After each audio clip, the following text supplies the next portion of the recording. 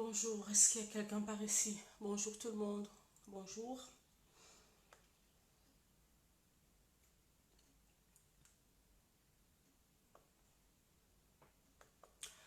Bonjour tout le monde, j'espère que vous allez bien. J'espère que vous allez bien. Bienvenue au nouveau de la page. Pour ceux qui viennent d'arriver, qui ne me connaissent pas, je suis Noélie, qui est derrière la page. J'espère que vous allez bien. Commencez à partager cette vidéo ou soit inviter vos amis. Inviter au fait les membres de votre famille, les connaissances. Les personnes à qui vous pensez que ils auront peut-être besoin de cette vidéo, commencez à les inviter s'il vous plaît. Pendant ce temps, je profite aussi pour, euh, pour partager la vidéo. C'est tout ce que je vous demande. Juste appuyer sur le bouton partager. J'espère que vous allez bien. J'espère que vous allez bien. Aujourd'hui, on est vendredi et je suis là encore parce que j'ai quelque chose à dire. Je ne sors que quand j'ai quelque chose de bien précis à dire. Donc voilà, attendez. Pourquoi ça me fait ça? Je n'ai pas envie de faire ça. Attendez, hein. Je suis en train d'essayer de partager la vidéo. Il faut que je partage la vidéo. Toi aussi, tu fais pareil que moi. Commence à partager la vidéo. Comme ça, on va commencer après.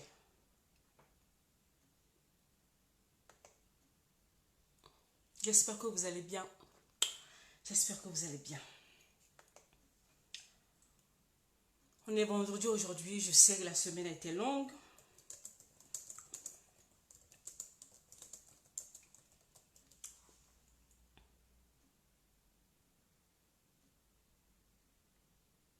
Voilà. Ça y est, publié, j'ai partagé. Une fois, il me reste encore un autre partage et puis on va commencer.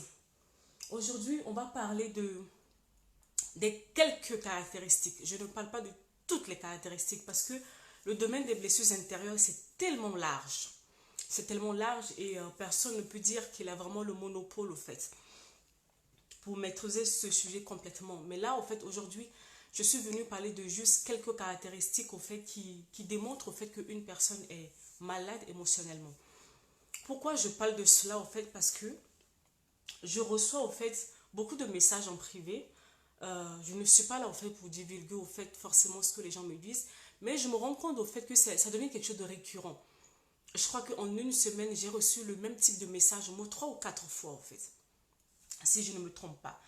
Donc, je me suis dit, bon, il va falloir peut-être essayer de parler un peu pour rectifier les choses. S'il vous plaît, commencez à partager cette vidéo. Je vous en supplie, partagez cette vidéo. Si ça ne vous aide pas, vous, ça peut aider une personne. Souvent, je dis, juste ça ne te coûte rien de partager, au fait. Bon, rebonjour Dorette. Rebonjour. Ça ne te coûte rien, en fait, de partager la vidéo. Donc, s'il te plaît, partage la vidéo. Quelques caractéristiques qui montrent au fait que tu es émotionnellement malade. Pourquoi je parle de ça? Parce que j'ai reçu, le genre de message que je reçois, c'est Noélie, je comprends pas, depuis des années, je suis une personne timide, je suis renfermée sur moi-même, j'ai peur de faire les choses, quand je commence les choses, je ne finis pas, ou soit quand je commence un truc, je n'ai pas assez confiance en moi pour aller jusqu'au bout de ce que j'ai commencé. C'est toujours les mêmes choses comme ça. Et puis, Noélie, je ne comprends pas qu'est-ce qui m'arrive. Depuis, je prie, je jeûne et tout, mais ça ne s'arrange pas. Je suis toujours dans la même situation et tout. Il y en a une même juste qui allait plus loin, au fait, si vous pouvez partager cette vidéo. Coucou Solange. Il y a d'autres qui sont allés plus loin, au fait, pour me dire que non, Noélie, je crois que j'ai un esprit. Coucou Solange. La personne m'a dit, Noélie, je crois que j'ai un esprit d'échec. J'ai dit, mais d'où est-ce que tu es parti chercher ça? Tu as trouvé ça où?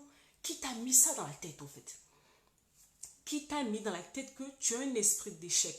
Déjà, en tant qu'enfant de Dieu, je suis un enfant de Dieu, donc souvent, vous allez me voir, je parlerai toujours, au fait, avec la parole à l'appui.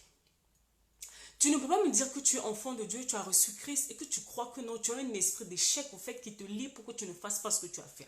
Ça, je ne crois pas à ça. Je ne crois pas à cela. Il faut arrêter ça.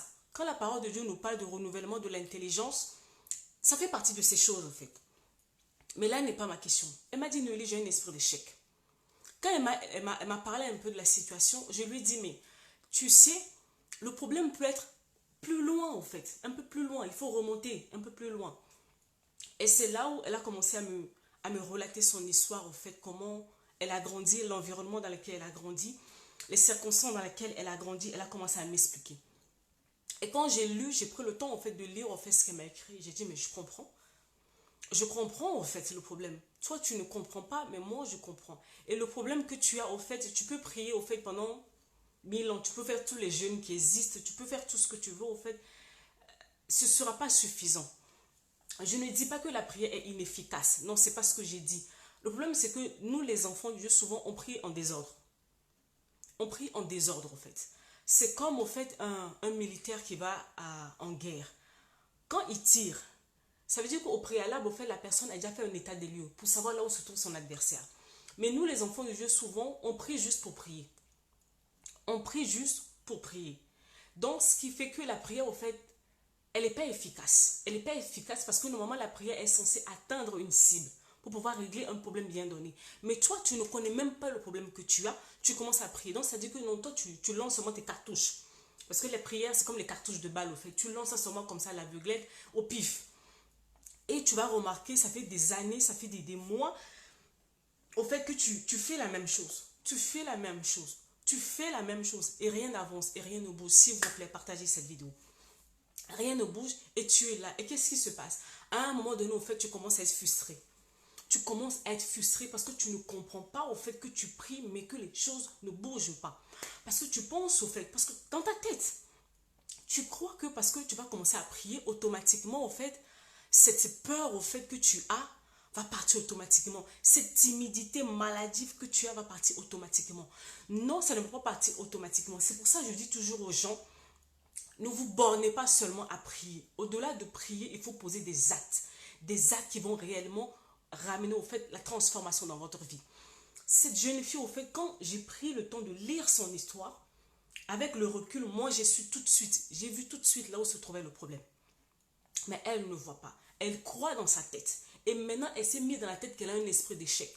Donc, ça dit que non, elle va encore rentrer dans le combat. Je coupe, je lis, je brise, je casse. Alors que le problème n'est même pas là-bas. Vous voyez comment on fait par des moments, on se dissipe. On se dissipe dans tous les sens. Alors que le vrai problème est ailleurs. Avant de commencer à prier pour une chose, avant de commencer à prier au fait pour un problème au fait dans votre vie, surtout ces problèmes au fait des choses qui sont à l'intérieur de vous. Je dis toujours, je vous ai toujours dit sur cette page, vous êtes un être à tripartie, à trois parties. 1, 2, 3. Tu es composé de 3 parties. Quand tu pries, c'est juste ton esprit. La prière, au fait, c'est dans le domaine de l'esprit. Maintenant, il y a d'autres domaines, il y a d'autres aspects de toi. C'est-à-dire, tu as ton âme.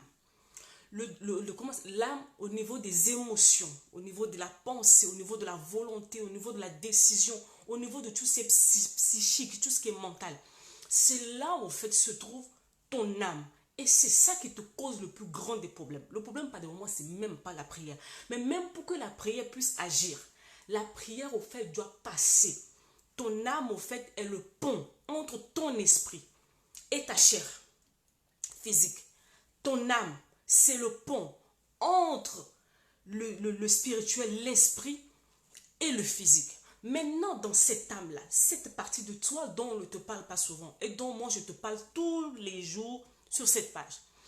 Dans cette partie de ton âme, s'il y a des mauvaises choses, c'est comme si ton âme, en fait, c'est comme un pont, un tunnel.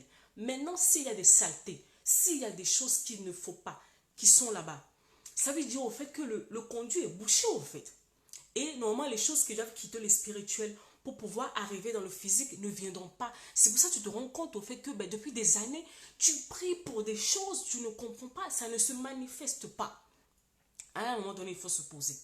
Vu que je suis un être à 3 parties, quand tu essaies dans le spirituel et que ça coince, viens chercher maintenant au niveau de l'âme en fait, pour savoir qu'est-ce qui ne va pas avec moi. Qu'est-ce qui ne va pas? Alors que tu vas commencer à poser cette question, cette semaine, je suis en train de lire un livre de Joyce Meyer sur guérir l'âme blessée d'une femme. Elle disait un truc. Avant de commencer à prier au fait pour une chose, il faut que vous demandez à Dieu au fait de vous révéler la source du problème. C'est là où je reviens à ce que je disais tout à l'heure. On prie en vrac. Donc on prie seulement. Donc tu ne sais même pas la source. Comment tu veux que ta prière soit efficace? Je vous dis, s'il vous plaît, partagez cette vidéo. Comment tu veux que ta prière soit efficace si tu ne connais pas le nœud de ton problème? Tu ne peux pas en fait. La prière ne sera pas efficace, ça ne va pas atteindre en fait la cible que tu veux que cela atteigne. Mais, au fait, est-ce que tu sais comment ton âme fonctionne? Quand je parle tout à l'heure, quand je disais qu'il y a des saletés au fait à l'intérieur de ton âme, je parle au fait des blessures, je parle des mauvaises paroles que tu as reçues, je parle des mauvais traitements que tu as reçus, je parle des mauvaises pensées que tu alimentes toi-même au quotidien. Je parle de ton histoire, de tout ce que tu as pu vivre, de tout ce que tu as pu recevoir depuis toutes ces années. Voilà au fait les choses au fait qui mettent vraiment la saleté au fait dans ton âme. Et maintenant, je commence maintenant que mon message. Tu dois savoir au fait qu'au niveau de l'âme, quand je parle vraiment des blessures intérieures, il y a vraiment cinq blessures, comment je peux dire ça? Il y a 5 sources de blessures intérieures en fait. 5 sources, c'est vraiment les grandes sources. On les a, les psychologues les ont catégorisées en 5 sources. D'abord, il y a, je vais prendre mes notes, il y a le rejet. Il y a le rejet, il y a l'abandon, il y a l'humiliation, il y a la trahison et puis il y a l'injustice.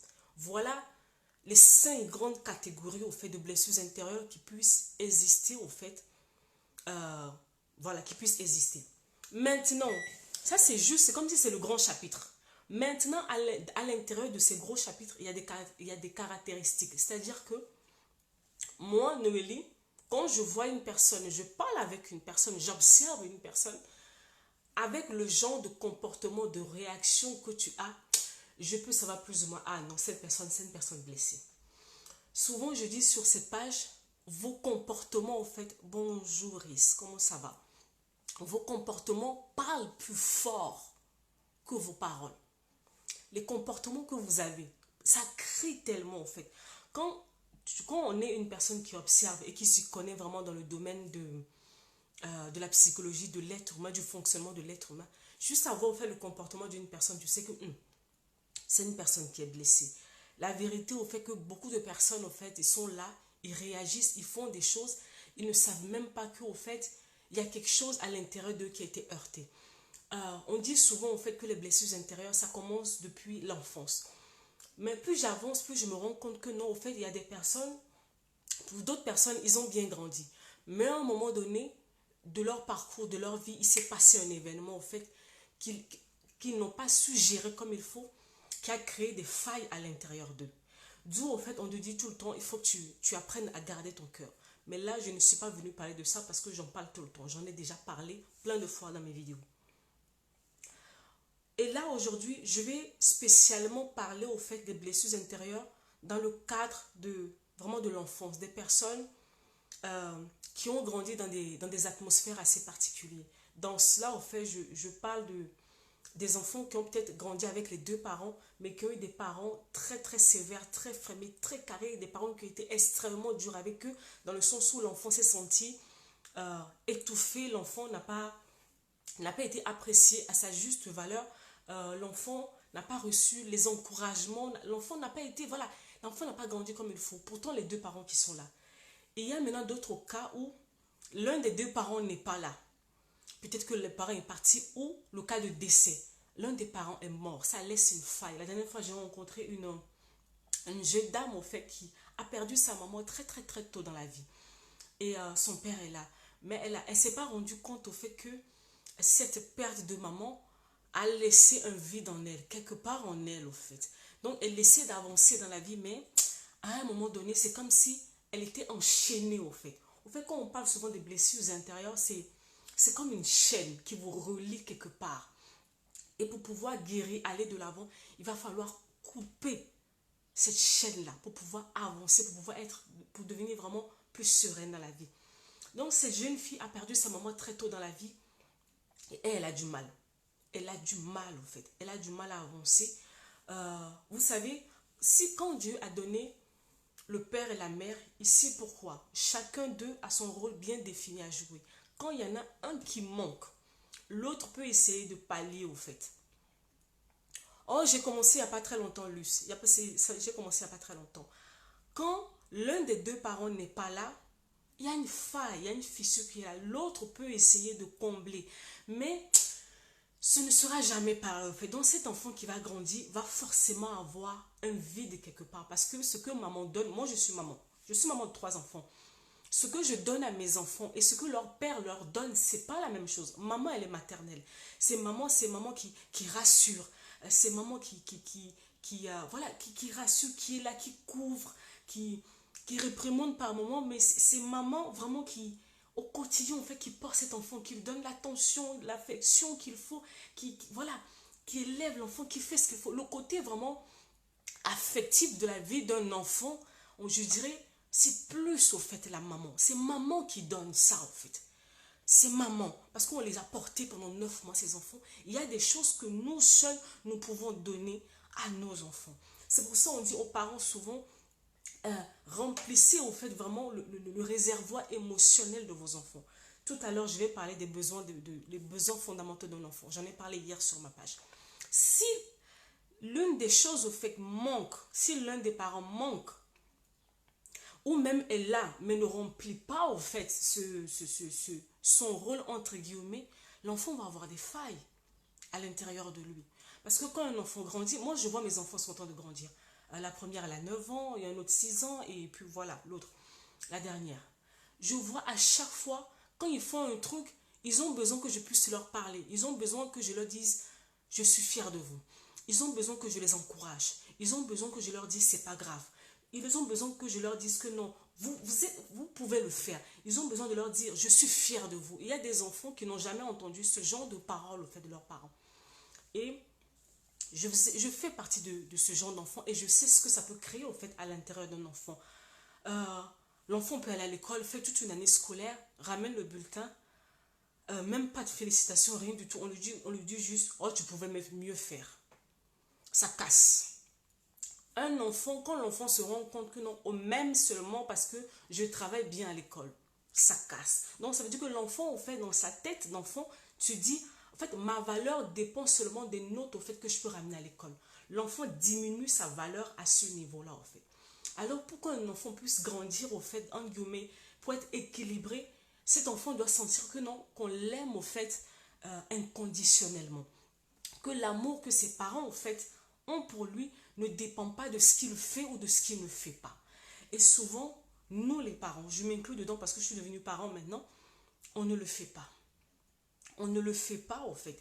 Et cet enfant, et puis ça c'est un autre cas, il y a d'autres parents qui passent longtemps à injurier les enfants. Ils injurent les enfants. Ou peut-être parce que le papa est parti, ou la maman est partie, ou je ne sais pourquoi. L'enfant est tout le temps injurié. On l'injure, on lui dit des paroles désagréables. On lui lance des paroles de malédiction, des mauvaises paroles. Comment vous voulez que non, un enfant puisse grandir, peut être vraiment équilibré en lui, si l'enfant reçoit tout le temps des mauvaises paroles? Voilà le genre de choses au fait qui peut casser une personne. Maintenant, je vais prendre vraiment les caractéristiques d'une personne qui a connu le rejet. Parce que moi, c'était mon cas. Moi, j'ai connu le rejet dans ma vie. Pendant des années, j'ai lutté avec le rejet. S'il vous plaît, partagez cette vidéo. J'ai lutté contre le rejet parce que au départ, je ne connaissais pas les circonstances de ma naissance. Mais tout ce que je sais, c'est que quand j'étais née, j'avais remarqué que j'étais de trop, en fait.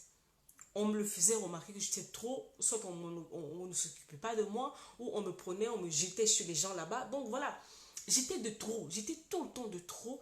Et j'ai grandi avec ce sentiment de rejet en moi. Je me suis dit non, je suis de trop, je n'ai pas le droit d'exister, je n'ai pas le droit d'être là, je n'ai pas le droit d'être moi, je n'ai pas le droit, je n'ai pas le droit. Et vous savez ce que ça a créé en moi, devenu adulte?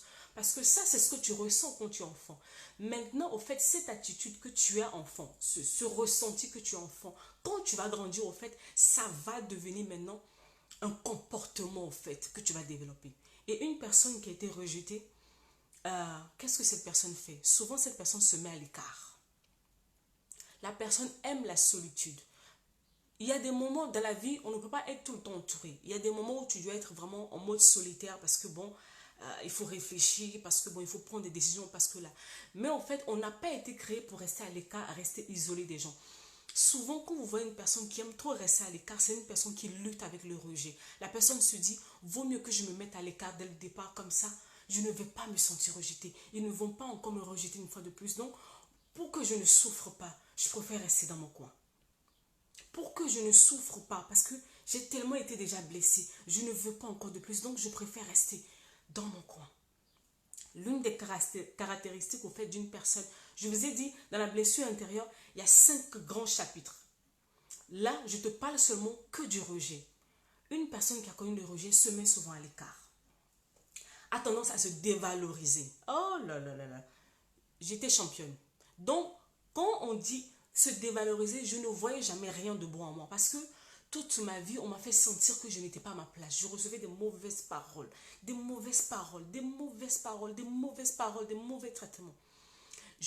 Pour moi, je n'avais pas de valeur au fait. Je n'avais pas de valeur. Vu que les adultes, les gens qui sont autour de moi m'ont montré au fait que je n'avais pas de valeur, j'ai cru que je n'avais pas de valeur. Je l'ai cru que je n'avais pas de valeur. Et voilà, une personne qui a connu le rejet dans sa vie va être vraiment dans la dévalorisation personnelle. La personne ne va jamais rien trouver de bon sur lui. Pour cette personne, les autres font les choses bien. Mais quand cette personne parle de lui-même, mais la personne est dure envers lui-même, la personne est vraiment... La personne, comme ce que j'appelle souvent l'auto-sabotage. Donc la personne se dénigre. Ça peut être... Et puis, qu'est-ce que la personne va prendre? La personne va prendre peut-être un guillemet, un défaut physique. Comme la dernière fois, je parlais avec une dame. Elle était complexée parce qu'elle était petite de taille. Elle était persuadée que sa vie serait mieux si elle était d'une taille plus grande. Parce que toute sa vie, dans sa famille, autour d'elle, dans son entourage, on lui a dit, ah, tu es bien, tu es tout. Mais si tu étais seulement un peu grande, ça allait être parfait. Tu as fait ceci, tu as fait cela, tu as fait cela. Mais si tu étais grande de taille, ça allait être parfait. Donc, à force d'entendre ça, c'est devenu un complexe au fait dans sa vie.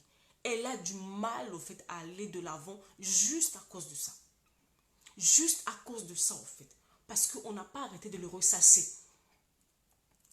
Ah, Eloé, c'est ça? Non, c'est du vécu au fait. C'est du vécu. C'est du vécu. Donc, pour vous signifier que non, les paroles que vous avez entendues, les exemples que vous avez vus autour de vous, le genre de traitement que vous avez subi, conditionne votre comportement devenu adulte. Ça vous conditionne parce que physiquement, vous êtes sorti de là, mais émotionnellement, vous êtes toujours captif de ces paroles-là, en fait. Vous êtes toujours captif. Donc, ça dit que non, il y a une prison dans laquelle vous êtes resté depuis. Et il va falloir travailler pour sortir de cette prison. Donc, je disais, une personne qui a connu le rejet, l'une des caractéristiques qui peut vraiment te permettre, c'est ce que je fais en formation avec les gens, en fait. Je leur donne, au fait, les choses pour qu'ils puissent déjà identifier. On ne peut pas, dans la guérison, il faut prier. Mais avant de prier, il faut savoir identifier. Donc, je disais, l'une des caractéristiques, c'est rester à l'écart de tout le monde. Après, c'est se dévaloriser. Après, c'est ne se reconnaît pas le droit d'exister. Il y a des personnes, c'est comme moi. Pour moi, je n'avais pas le droit d'exister. Donc, c'est pour vous dire que devenu adulte, ça a tellement influencé sur moi que ça conditionnait même, en fait, le genre de vêtements que je m'achetais. Maintenant, j'ai fait un travail sur moi. Je peux aller en magasin, acheter un habit de couleur rose, du jaune ou du bleu comme ça. Avant, je m'habillais que en noir. Parce que dans ma tête, je me disais, je n'ai pas le droit d'être là. Il faut que je sois invisible. Il faut que je sois invisible. Donc, je faisais tout pour passer transparente, en fait. Je faisais tout pour ne pas attirer le regard sur moi. Je me mettais toujours en retrait de tout le monde. Je me mettais toujours derrière. Parce qu'il ne faut pas. On m'a conditionné que je n'avais pas le droit d'être là. Donc, je faisais tout pour passer inaperçu. Voilà encore une des choses.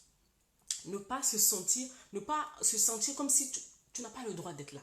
C'est l'un des sentiments que tu as aussi, c'est ça. Après, le perfectionnisme. Il y a des gens qui veulent la perfection et ils sont très très durs envers eux-mêmes.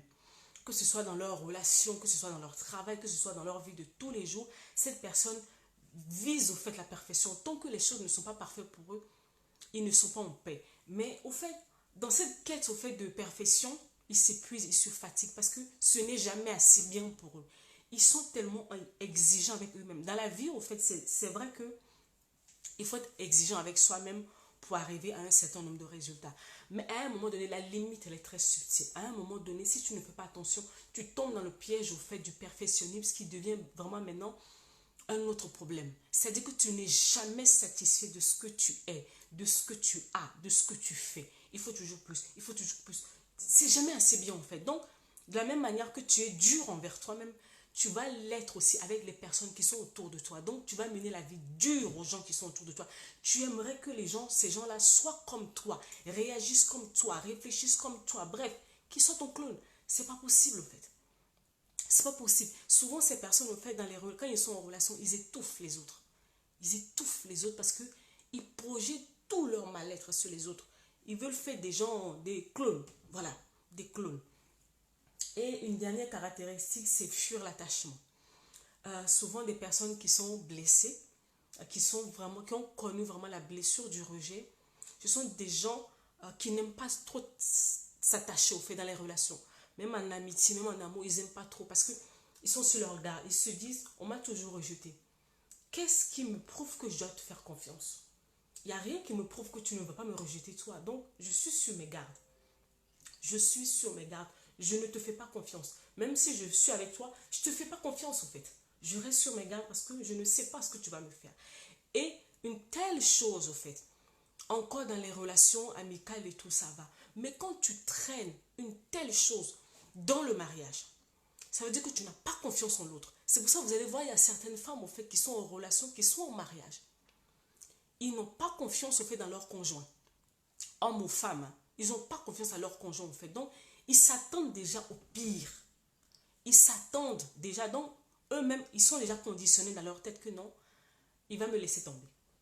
Et sans se rendre compte, c'est ce qui finit par arriver. Parce que ce que tu crois, ce que tu déclares, c'est ce qui finit par devenir ta réalité au fait. Partage cette vidéo pour aider une personne. Ce que tu crois à l'intérieur de toi, est-ce que tu confesses tout le temps? Il y a des femmes que j'entends, oh de toute façon les hommes sont mauvais. Il finira par me tromper. Il va me laisser, il va partir. Mais c'est ce qui va t'arriver en fait. Mais ce genre de femmes, en fait, elles ne se rendent pas compte que non, il y a quelque chose qui s'est passé qui conditionne leurs pensées maintenant. Elles ne font jamais le lien en fait. Que non, elles ont un problème à l'intérieur d'elles. Elles ont une insécurité à l'intérieur d'elles qui les ramène au fait être autant sur la défensive. Donc ça veut dire que parce qu'une personne t'a fait du mal, tu projettes ça sur toutes les autres personnes. Voilà une des les caractéristiques. À chaque fois que je parle sur cette page, faites-vous soigner, soignez-vous, soignez-vous, soignez-vous. Le nombre de femmes qui font des choses dans les relations, tu regardes, tu sais que non, c'est une femme blessée. Elle est blessée. Donc, elle est tellement mal que je te fais pas confiance. Là, on n'a parlé que du rejet. Maintenant, en fait, je vais prendre la blessure de l'abandon. Voilà encore un autre problème qui fait beaucoup de dégâts. La dernière fois, à la fête des pères, j'ai circulé sur les réseaux, j'ai vu des messages, ça m'a déchiré le cœur. Ça m'a déchiré le cœur, en fait. Ça m'a déchiré le cœur, déchiré le cœur. Un enfant qui a été abandonné, pour une raison ou pour une autre. Je dis toujours, nous ne sommes pas là, en fait, pour condamner les parents. Mais d'un autre côté, je veux dire aux parents, vos décisions ont des répercussions dans la vie de vos enfants. Un enfant qui s'est senti abandonné, où le parent est parti, où le parent n'a pas voulu de lui, qui s'est senti à un moment donné de sa vie abandonné. Cet enfant aussi a des caractéristiques, en fait. Il a des caractéristiques. Il y a des parents qui sont peut-être là dans la vie, mais qui ne s'occupent pas de l'enfant. Donc l'enfant sent que non, il n'y a personne pour moi. Je suis livré à moi-même. Je ne peux faire confiance à personne. Il n'y a personne qui est là pour moi. Il y a des enfants qui ont dû grandir très vite comme ça, devenir très tôt responsables. Mais ce genre de choses, ça crée des failles à l'intérieur de l'enfant. Parce qu'un enfant, à chaque âge de l'enfant, l'enfant a des besoins bien spécifiques. Et quand ces besoins, en fait, quand ces réservoirs ne sont pas remplis comme il faut, ça va créer un adulte déséquilibré. Et là, on rentre maintenant, je vais parler que des deux blessures. Je vais parler du rejet et je vais parler de l'abandon. L'une des signes, au fait, caractéristiques qui montre qu'une personne qui a connu vraiment la blessure de l'abandon, c'est chercher constamment, au fait, de l'approbation des autres. Et là, je sais que beaucoup vont se reconnaître à l'intérieur de ça. toujours à chercher l'amour, l'approbation. Il faut qu'on m'aime, il faut qu'on m'aide, il faut qu'on me fasse ceci, il faut que... Tu vis pas ta vie. Toi, tu dépends des autres. Au fait, ta vie dépend de ce que les autres font ou disent au fait de toi. Donc, toi-même, voilà. Parce que il y a un vide quelque part. Parce qu'il y a eu un besoin qui n'a pas été comblé. Tu t'es senti abandonné très tôt. Donc maintenant, tu es à la recherche au fait de ça. Tu recherches ça, tu recherches ça.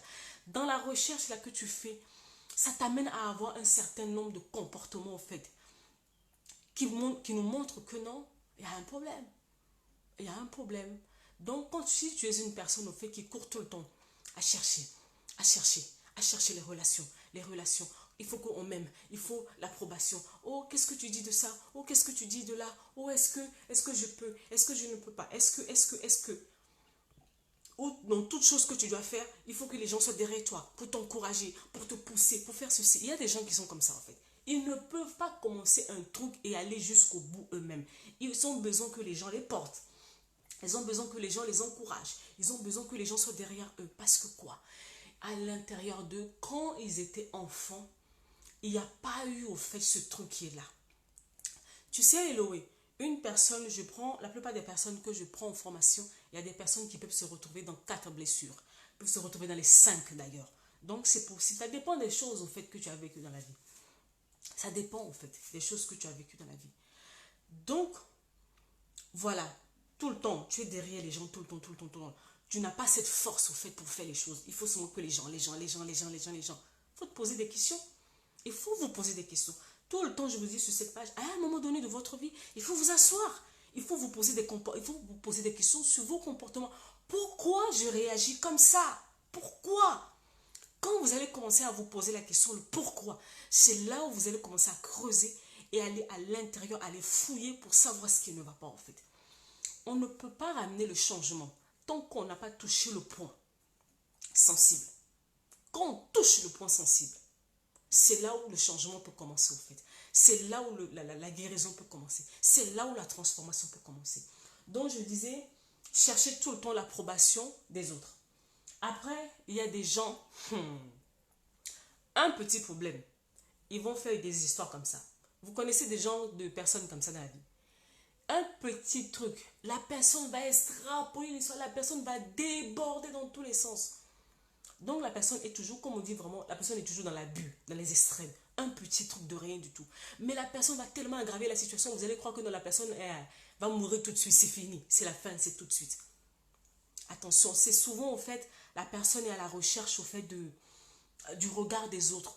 Du regard des autres, attirer au fait le regard des autres personnes sur eux. C'est ça, en fait, sans se rendre compte, on attire. Parce qu'un petit truc, on te dit non, tu as mal à la tête. Mais à cause de ce mal à la tête, tu vas parler du mal à la tête. On dirait que non, tu as la tique de la mort tout de suite. Tu es mort, on va t'enterrer tout de suite. C'est pour attirer l'attention sur soi. Et pourquoi? Ça provient d'un vide, au fait, que l'on a à l'intérieur de soi. Après, la peur liée à l'avenir. C'est ce que j'ai noté, au fait, pour l'une des filles qui m'a contactée, au fait, cette semaine. Elles ont peur, elles ont beaucoup la peur. En fait, beaucoup de personnes ont peur de l'avenir. La peur de se lancer. Ces personnes, en fait, savent que non, ils doivent faire des choses. Ils le savent. Ils savent que non, je dois faire ça, je dois faire ça. Mais il y a une peur qui les paralyse. Ils ne savent pas pourquoi la peur les paralyse. La peur, là, ça vient de très loin. Ce n'est pas le diable qui vient t'attaquer forcément pour te dire non, tu ne feras pas ça. Non. Il y a d'abord, il y a une chose en toi, en fait, qui fait que tu n'as pas cette force. Vous savez, pour qu'une personne se lève pour faire quelque chose, la force vient de l'intérieur. Très peu de personnes, tu ne peux pas aller vraiment loin, très loin dans la vie, si tu as toujours besoin que les gens te portent. Parce qu'il y aura des moments, il n'y aura personne, tu vas être seul. Tu seras seul. Sur le chemin de la destinée, tu es souvent seul. Même si tu es en couple, tu es marié, tu seras seul. Il y a certaines choses, tu seras seul à les porter. Mais toi, tu n'as pas cette force, en fait. Tu n'as pas cette force pour te projeter, pour dire, je vais à tel endroit et je me donne les moyens, coûte que coûte, pour y arriver. Que ça va, que ça ne va pas, j'y vais. Beaucoup commencent. C'est là où vous allez remarquer, la plupart des personnes, vous savez, je vais vous dire une vérité, je prends les gens en formation. Cette session que je fais, au début, j'avais 18 personnes en formation. 18. personne. Là, on est à la formation, on est à la fin, on finit la semaine qui arrive là. Il me reste, j'ai à peine, même pas 7 ou 8 personnes. Beaucoup ont abandonné sur le chemin. C'est ce qu'on retrouve souvent. Beaucoup commencent les choses, mais ils ne vont pas jusqu'au bout parce qu'ils se démotivent vite, parce qu'ils n'ont pas le courage, ils n'ont pas cette force intérieure. Ils ont toujours besoin qu'on soit derrière eux, qu'on les pousse, qu'on leur fasse aussi, qu'on leur dise c'est bien, non vas-y, tu peux. Il y a des moments c'est bien. Tu peux commencer avec la motivation, mais à un moment donné, pour passer à certains niveaux, il te faut plus de la motivation, là il te faut de la discipline. Et beaucoup, quand un enfant s'est senti abandonné, il y a cette force intérieure au fait qui lui manque. Et si tu veux réellement au fait pour pouvoir avancer, il va falloir que tu travailles pour remettre au fait cette force à l'intérieur de toi pour pouvoir avancer et atteindre tes objectifs. C'est pour ça que depuis que tu es à l'église, tu pries. Le 31 décembre 2018, tu as pris des grandes résolutions, tu as fait des grandes déclarations. On est au mois de, on est fin juin. Tu en es où au fait de ces choses que tu as dit? Tu en es où? J'ai fait la même chose, je ne t'accuse pas. J'ai été dans la même situation que toi pendant des années. Mais à un moment donné, j'ai compris qu'au fait que oui, je priais, mais il y a quelque chose qui ne va pas au fait. Il y a quelque chose que je devais régler. À côté de la prière, il y a des choses que je devais régler au fait avec moi-même d'abord, avec mon intérieur, pour que ma prière devienne plus efficace au fait.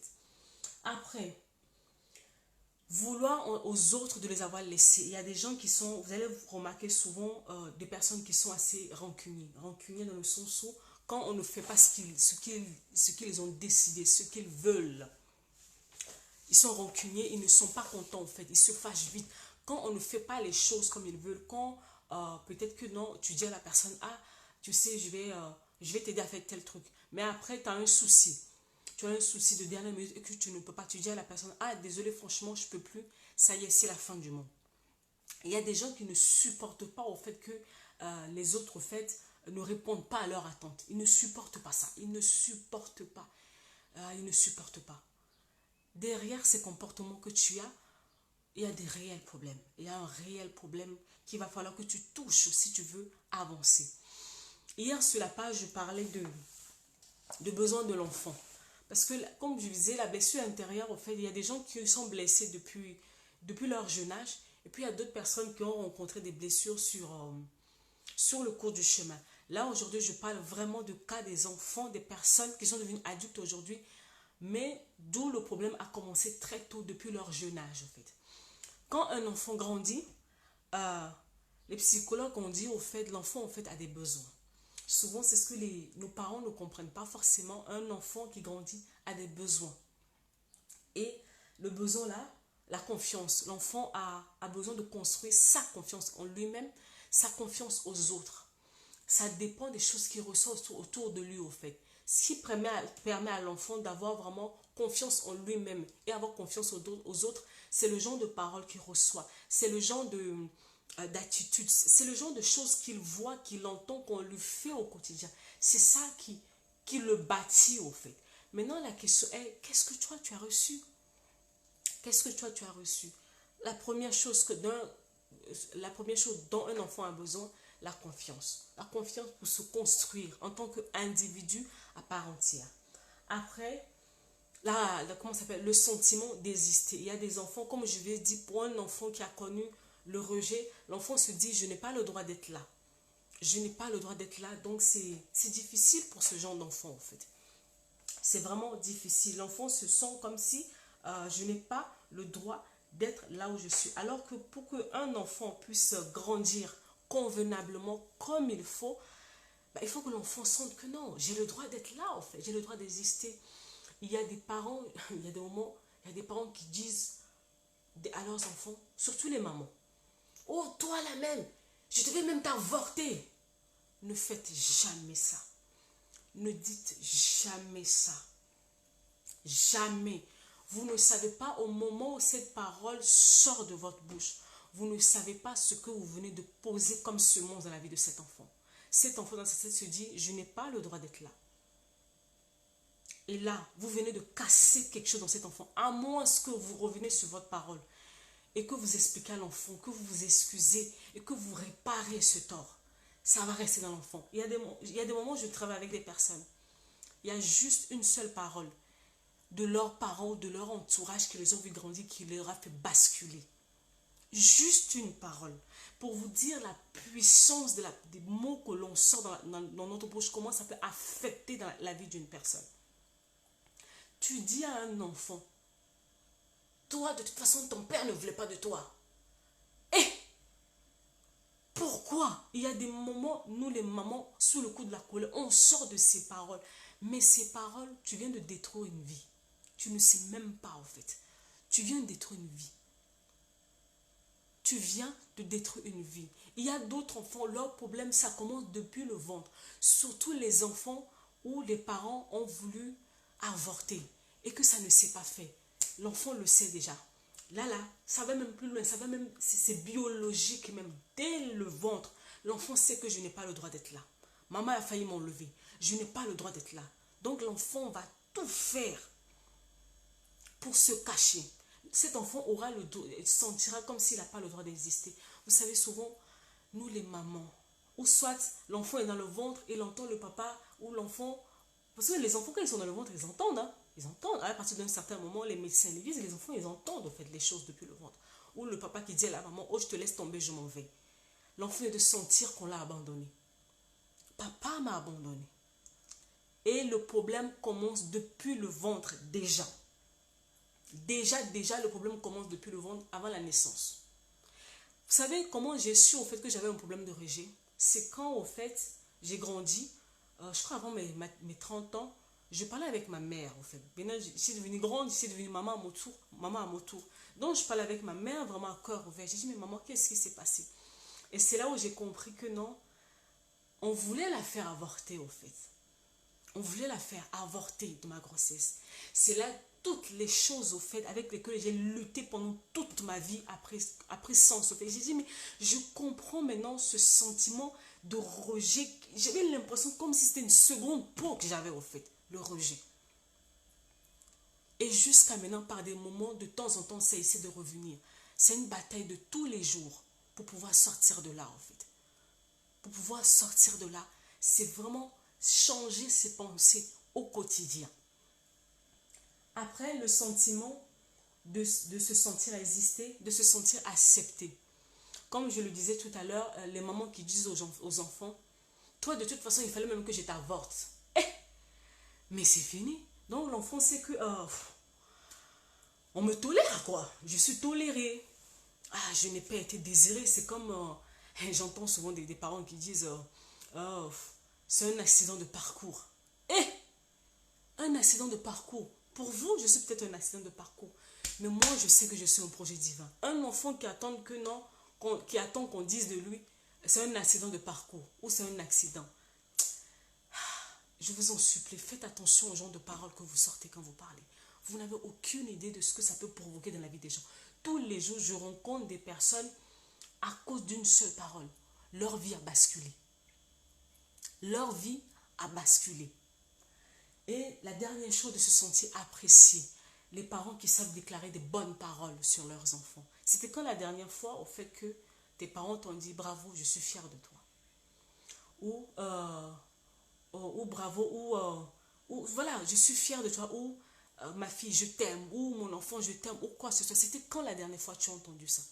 Est-ce que tu as déjà entendu ça de ta vie? Parce qu'il y a des moments, les parents ils ne savent pas que l'enfant se bâtit au fait avec ce qu'il entend. Avec ce que tu lui manifestes. C'est avec ça qu'il grandit. Je vais vous donner un exemple simple. Mercredi dernier, j'ai mes enfants en fait qui devaient... ils font du judo. Donc, ils devaient passer l'examen de judo pour changer de ceinture en fait pour pouvoir avancer. Et mon garçon, il avait peur. Il avait peur parce qu'il n'arrivait pas à faire sa ceinture de judo alors que ça comptait pour beaucoup de points en fait pour son passage. Il avait vraiment peur. À un moment donné, sa grande sœur le stressait tellement. J'ai arrêté. J'ai dit non. Arrête de le fatiguer. J'ai pris mon fils, je l'ai mis devant moi, je lui ai dit, je te fais confiance. Je sais que tu vas y arriver. Je sais que tu es intelligent. Tu vas y arriver. Maman te fait confiance. Tu vas y arriver. Vous savez ce qui est arrivé? Le mercredi dernier, quand on est parti, Il a fait sa ceinture comme il faut. Pourtant, pendant des jours et des jours ici, il s'entraînait à faire la ceinture, il n'y arrivait pas. Et plus il n'y arrivait pas, plus il perdait confiance en lui, en fait. Il perdait confiance en lui. Jusqu'à ce que je vienne lui dire, je te fais confiance. Je sais que tu es intelligent et que tu vas réussir. Tout de suite, l'attitude de l'enfant a changé. Je l'ai vu devant moi, l'attitude de l'enfant a changé complètement. Et quand on est arrivé là-bas, elle a fait sa ceinture. Après, elle est venue me voir, elle a dit, maman, j'ai réussi. J'ai dit, oui, je savais que tu allais réussir. Parce que tu es intelligent. Voilà. Se sentir apprécié, ça vient dans les gestes, ça vient surtout des paroles. Les paroles que vous sortez aux enfants au quotidien. Il faut que vos paroles soient, il faut que les paroles en fait, soient en adéquation avec ce que l'on fait, avec ce que l'on fait. Il y a des parents qui disent une chose et que leurs gestes disent les gestes qu'ils posent disent le contraire. Il faut que tes paroles et tes gestes vont dans la même direction. Voilà maintenant les caractéristiques au fait des deux grandes blessures qui peut vraiment casser au fait une personne. Maintenant, où est la place au fait de la prière au fait dans tout ça? Maintenant, quand tu sais ça, quand tu sais là où tu te situes, c'est là où la prière entre maintenant en action, que tu pourras prier efficacement par rapport à ce problème. Si c'est un problème avec les parents, il va falloir peut-être parler avec les parents, il va falloir peut-être pardonner, il va falloir pour pouvoir avancer. Mais tant que tu n'as pas au fait mis le doigt sur la chose qui te fait souffrir, ça va être difficile. Le premier pas dans le processus de la guérison, ce n'est pas le pardon. Je le dis toujours aux gens. Oui, Noélie, j'ai pardonné. J'ai dit le premier pas dans le processus de guérison, ce n'est pas le pardon. C'est d'abord reconnaître que non, il y a quelque chose qui ne va pas avec moi. J'ai été heurté, j'ai été blessé, j'ai été meurtri quelque part. Voilà le premier pas. Et quand tu reconnais maintenant ton état, c'est là où Dieu peut venir t'aider. Beaucoup vous priez, vous n'êtes pas précis dans vos sujets et ça va dans tous les sens. Maintenant, j'aimerais insister sur une chose. Les gens, tout à l'heure, il y a une personne qui m'a parlé de la dépression sur la page. Vous voyez les blessures intérieures là. À la base, je vous avais dit, vous êtes un corps. Non, vous êtes d'abord un esprit qui a une âme qui habite dans un corps en fait. Ces problèmes d'ordre émotionnel, si tu ne les règles pas, qu'est-ce qui va se passer? À un moment donné, ça va devenir vraiment l'instrument que le diable va utiliser pour te détruire. Ces filles, enfin, les jeunes filles avec lesquelles j'ai parlé cette semaine, à la base, leur problème, c'est d'ordre émotionnel. Mais si elles ne le règlent pas, ça va devenir quelque chose que l'ennemi va prendre pour utiliser, pour les maintenir en captivité dans leur vie. C'est-à-dire que non, elles ne vont pas avancer, elles ne vont pas évoluer. Pourquoi?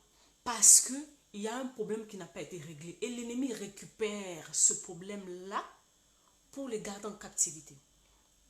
Une des choses que je dis tout le temps à mes élèves, la Bible nous dit que non, à la croix, Jésus a dit tout est accompli. Ça veut dire que Jésus a déjà tout fait.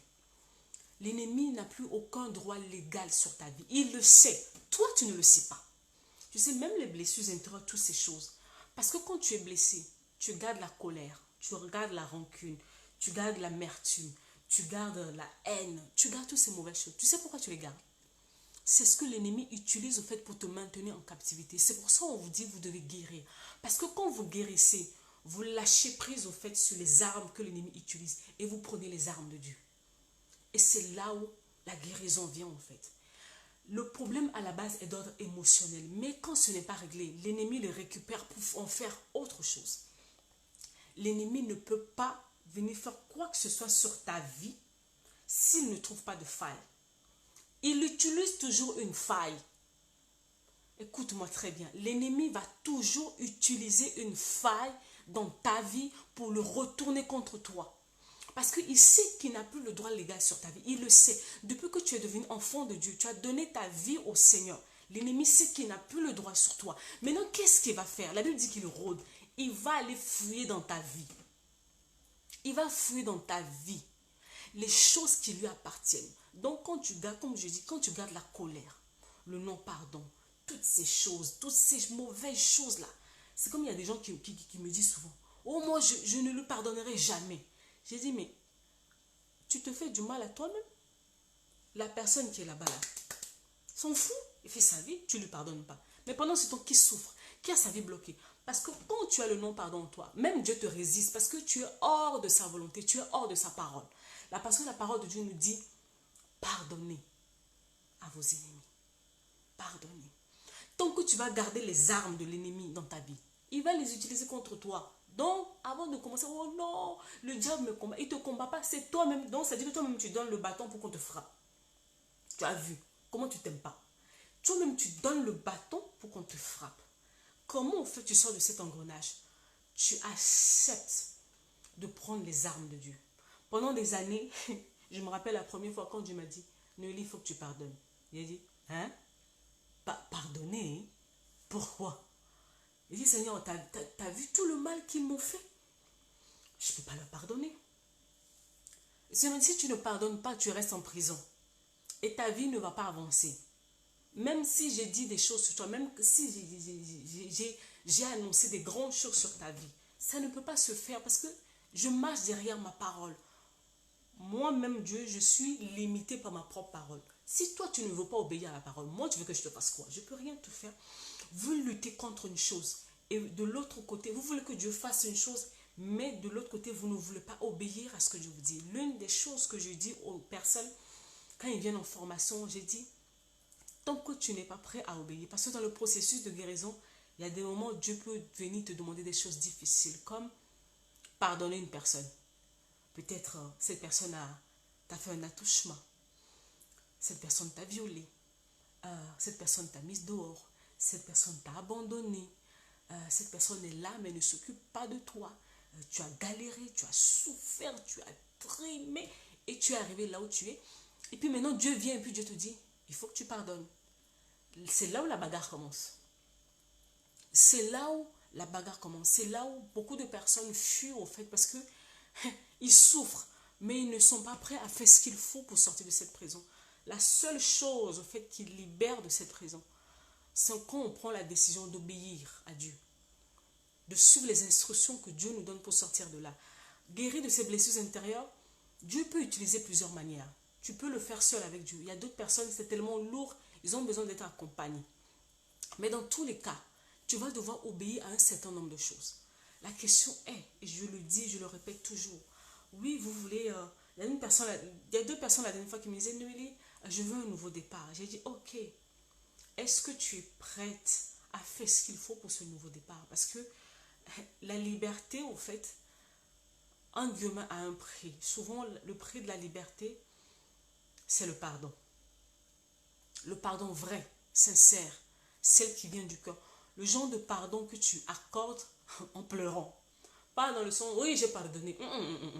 Le genre de pardon, en fait, qui vient en pleurant. Le genre de pardon qui arrive, qui vient quand tu dis, c'est comme il y a une jeune femme avec laquelle je travaille. La jeune femme m'a dit, Noélie, je ne peux pas. Ce qu'ils m'ont fait, si Dieu ne m'aide pas, je ne peux pas leur pardonner. Ça, c'est le vrai pardon. Donc, parce que le pardon, c'est quelque chose de divin. Le pardon n'est pas humain. Le pardon, quand une personne t'a heurté, pardonne à cette personne. Si Dieu n'intervient pas, tu ne peux pas. Tu ne peux pas. Tu ne peux pas. Cette jeune fille, elle pleurait. J'ai dit, prends juste la décision et laisse Dieu faire le reste. Souvent, c'est ça qui nous manque. On ne veut pas prendre la décision. Et avant même de prendre la décision, on occulte les choses. La plupart des problèmes des gens, c'est que les gens, ils occultent. Ils pensent au fait que parce que je ne pense plus à ce qui m'est arrivé, que c'est fini. Erreur. J'ai fait ça pendant des années. Jusqu'à la veille de mes 30 ans. Là où ça m'a rattrapé comme un boomerang. Pouf! Tout m'est tombé dessus. Pouf! Ça a explosé. Je pensais au fait que si je n'y pense pas, c'est fini. Jusqu'à ce que ça a explosé. Je me rappelle, le Seigneur m'a dit, Noélie, tu es sortie physiquement de ces choses, mais émotionnellement, tu es toujours captif. Comment la liberté arrive? La liberté arrive quand tu décides de lâcher prise sur le passé, sur tout ce qui a pu arriver, en bien ou en mal. Quand tu acceptes ce qui s'est passé. Parce que beaucoup sont dans le déni, ils refusent il refuse de voir ce qui s'est passé. Après, quand tu regardes l'histoire en face, tu acceptes ce qui s'est passé. Tu peux commencer maintenant à passer maintenant à l'étape du pardon. Parce que dans l'étape du pardon, Dieu viendra te parler au fait. Dieu viendra te parler. Vous savez, le processus de guérison, ce n'est pas quelque chose d'automatique. Je suis restée pendant 6 ans dans cette étape. Ce n'est pas de la blague. Ce n'est pas quelque chose qui se fait là. Parce que dans le processus de guérison, tes pensées, c'est comme Dieu il vient en fait comme un maçon avec le marteau. Il vient briser toutes les mauvaises paroles. Il vient casser tous tes fondements pour reconstruire quelque chose de neuf. Parce que quand tu rentres dans le processus de guérison, Dieu remet ton cœur, ton âme à l'état initial, comme lui t'avait créé. Parce que dans le processus, en fait, dans les blessures intérieures, qu'est-ce qui est endommagé? C'est notre personnalité.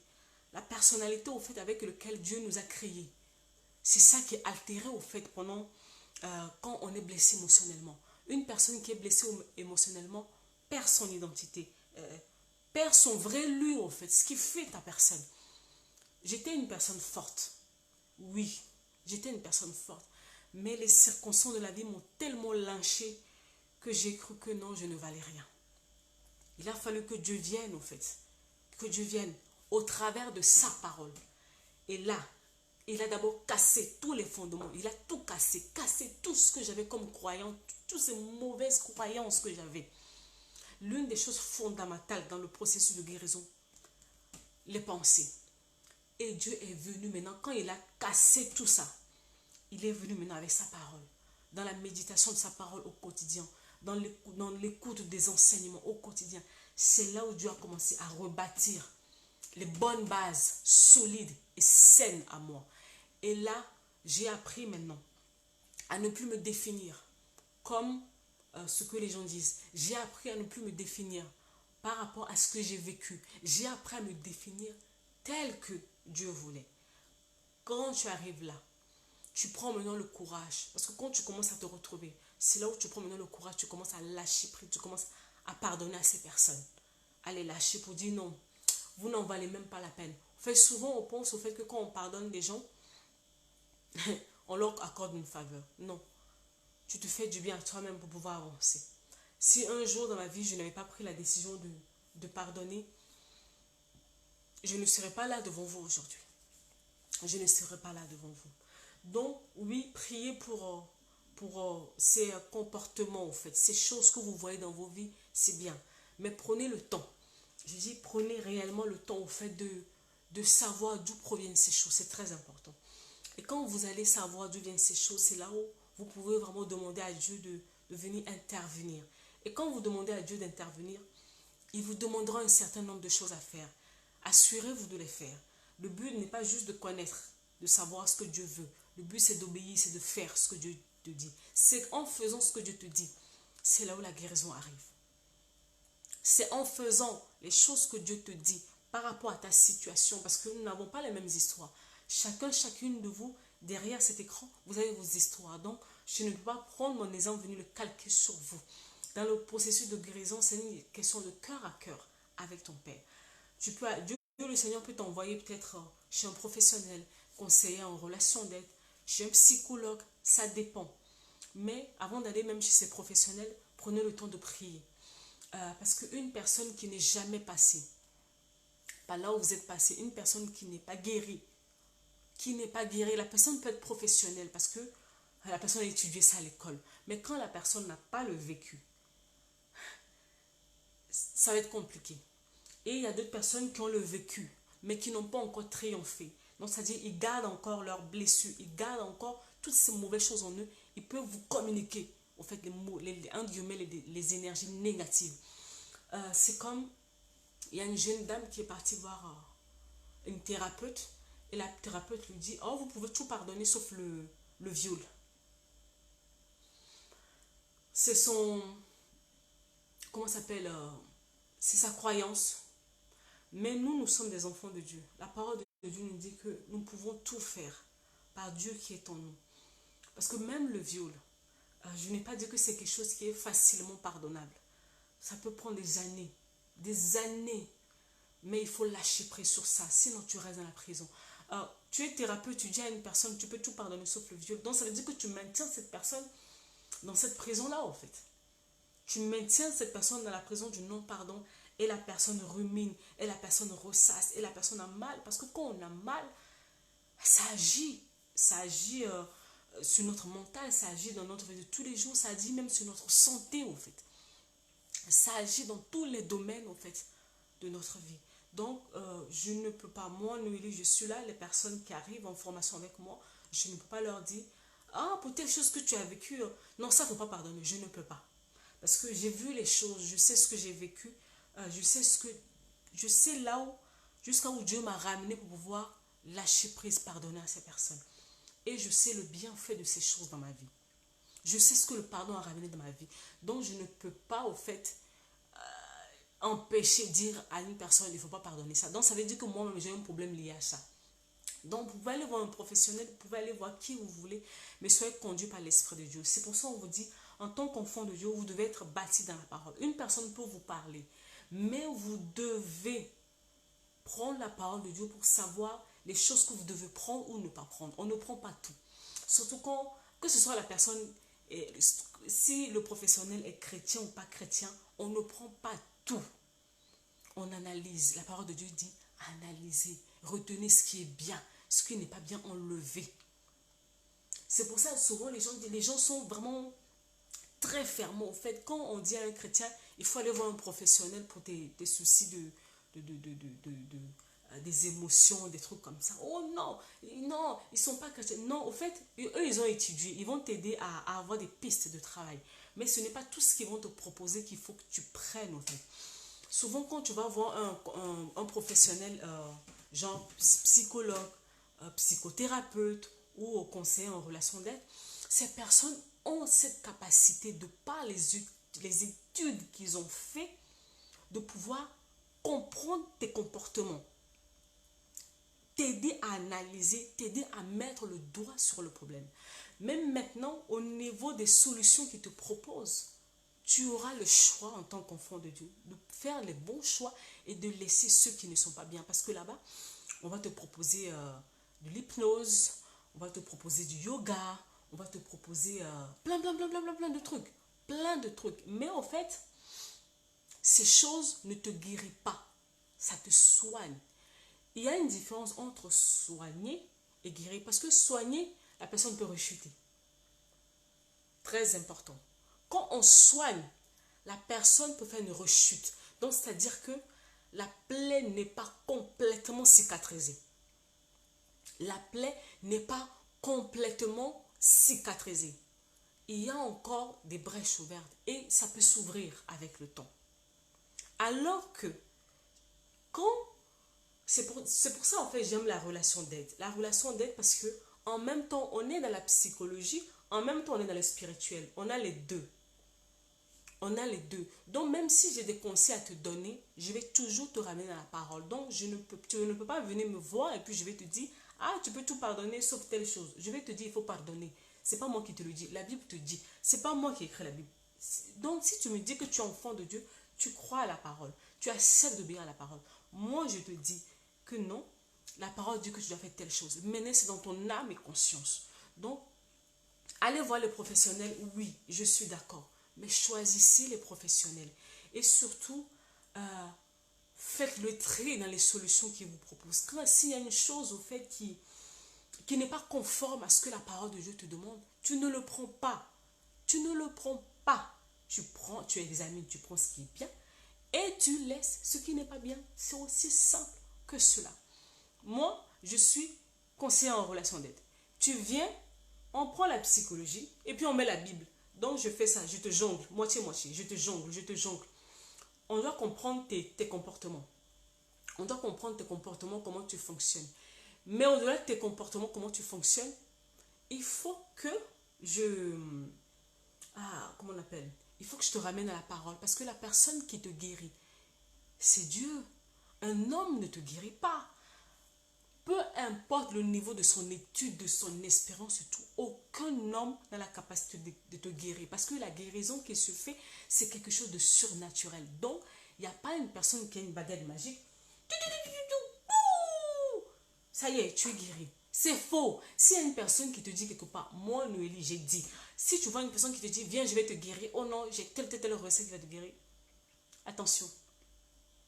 La guérison, c'est quelque chose de surnaturel. C'est Dieu qui intervient. À un moment donné, dans le processus de guérison, je ramène mes élèves dans la prière. Et c'est là où Dieu lui-même intervient. Parce que moi, je n'ai pas créé ton âme. Je ne l'ai pas créé. Donc, je ne peux pas le remettre dans l'état initial. Aucun homme sur cette terre, au fait, n'a la capacité de ramener à l'état initial de ton âme. Si ce n'est que la personne qui t'a construit, qui t'a fait. C'est comme les appareils que l'on achète, au fait. Quand il y a un problème avec l'appareil, tu ramènes ça chez le fabricant. C'est la même chose. Quand ton âme a un problème, on prend le temps, on prend la médecine qui nous aide à comprendre les choses. Et puis, dès qu'on comprend, on prend la parole de Dieu maintenant qui a la capacité de remettre toutes choses à neuf. Voilà ce que je voulais partager avec toi aujourd'hui. Il faut faire la part des choses. Enfin, nous les chrétiens, on est trop en guillemets dans le spirituel, au fait. Au-delà des choses spirituelles, il y a des choses psychiques, mentales, il y a des choses physiques qui existent. Négliger, mettre de côté, minimiser, voire banaliser, qui fait que on se retrouve avec beaucoup d'enfants de Dieu qui sont cassés à l'intérieur de nos églises. Mais cassés. Des personnes qui sont perdues, qui ne savent pas qui ils sont. Ils écoutent la parole tous les jours, mais c'est comme si ils sont inertes, au fait. Ça n'agit pas, au fait. Ils écoutent sans... Est-ce que vous savez qu'il y a des gens qui lisent la parole de Dieu, qui écoutent la parole de Dieu, mais qui n'y croient pas? Ils n'y croient pas, en fait. Ils n'y croient pas parce qu'ils ne veulent pas. Ils n'y croient pas parce qu'ils se disent, c'est pas possible que cette parole puisse me concerner. C'est pas possible. Parce que j'ai reçu un certain nombre de schémas toute ma vie. C'est pas possible que ça puisse me concerner moi. C'est trop beau pour être vrai. Quand une personne a été rejetée toute sa vie, et cette personne maintenant commence à prier, vous lui dites Dieu l'aime. Et puis encore vous rajoutez Dieu t'aime inconditionnellement. Mais ça ne va pas dans sa tête. Ça ne va pas dans le sens où il y a un choc des pensées qui se fait dans sa tête. Elle ne comprend pas, en fait. Parce que toute sa vie, elle a été rejetée. Les gens l'ont rejetée toute sa vie. Et maintenant, vous lui dites que Dieu l'aime. Ça n'a pas de sens. Ça n'a pas de sens. C'est comme ça on retrouve des personnes à qui on prêche, à qui on parle, on donne l'évangile tout le temps. Mais cet évangile ne produit pas de la vie en nous. C'est parce que il y a des bouchons, il y a des saletés au niveau de leur âme.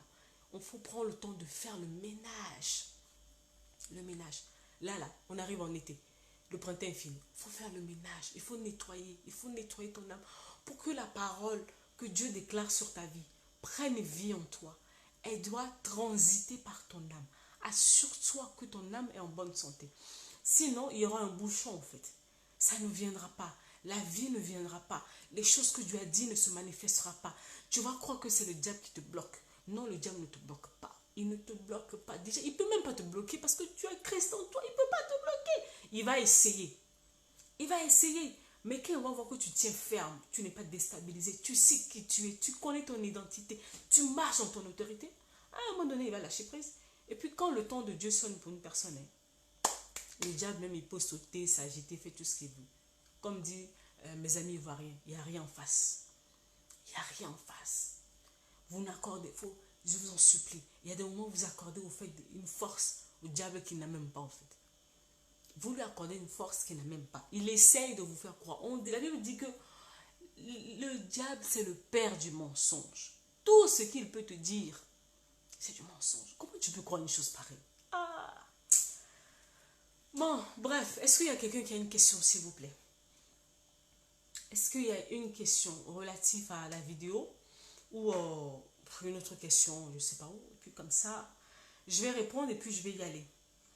C'est tout ce que j'avais à vous dire aujourd'hui. Les enfants de Dieu, on donne tellement de force à l'ennemi. Alors que non, la parole nous dit que non, il y a 2000 ans, il a déjà été dépouillé. Déjà été dépouillé. Une personne qui est dépouillée, vous lui donnez une force qu'il n'a pas. Mais il va prendre encore le zèle.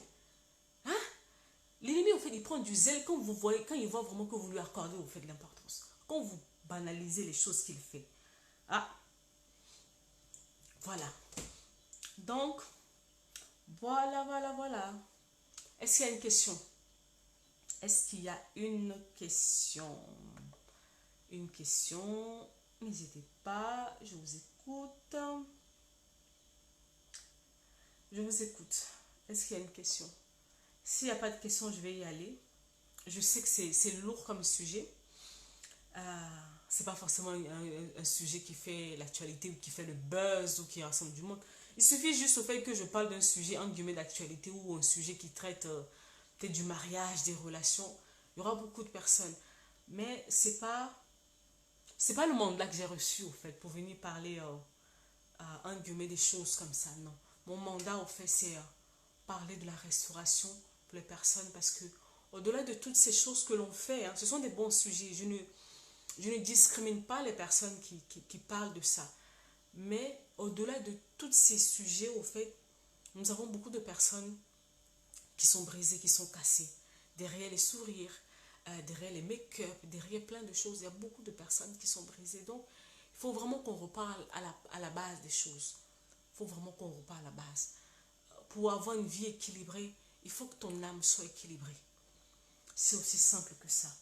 S'il n'y a pas d'autres questions, vous l'avez remarqué sur la page bientôt, mes amis de Lomé, bientôt on se voit. Lomé, on se voit bientôt. On se voit bientôt par la grâce de Dieu. On se voit bientôt. Toutes les informations arrivent très bientôt. Pour ceux qui veulent me contacter par rapport à l'événement, n'hésitez pas, envoyez-moi un message en privé. Et qu'est-ce que j'allais dire? Les inscriptions faites pour la formation Choisir la vie spéciale mariage sont toujours en cours. Il y a beaucoup de personnes qui sont dans les relations, qui sont dysfonctionnelles dans les relations et tu ne sais pas pourquoi. Voilà les choses dont je parle au fait dans cette formation. Les gens ne veulent pas s'inscrire. Tant pis pour vous, c'est pas grave. Et qu'est-ce que j'allais dire pour finir? Ah, je sais plus. Et bah non, voilà. Je crois que j'ai fait le tour.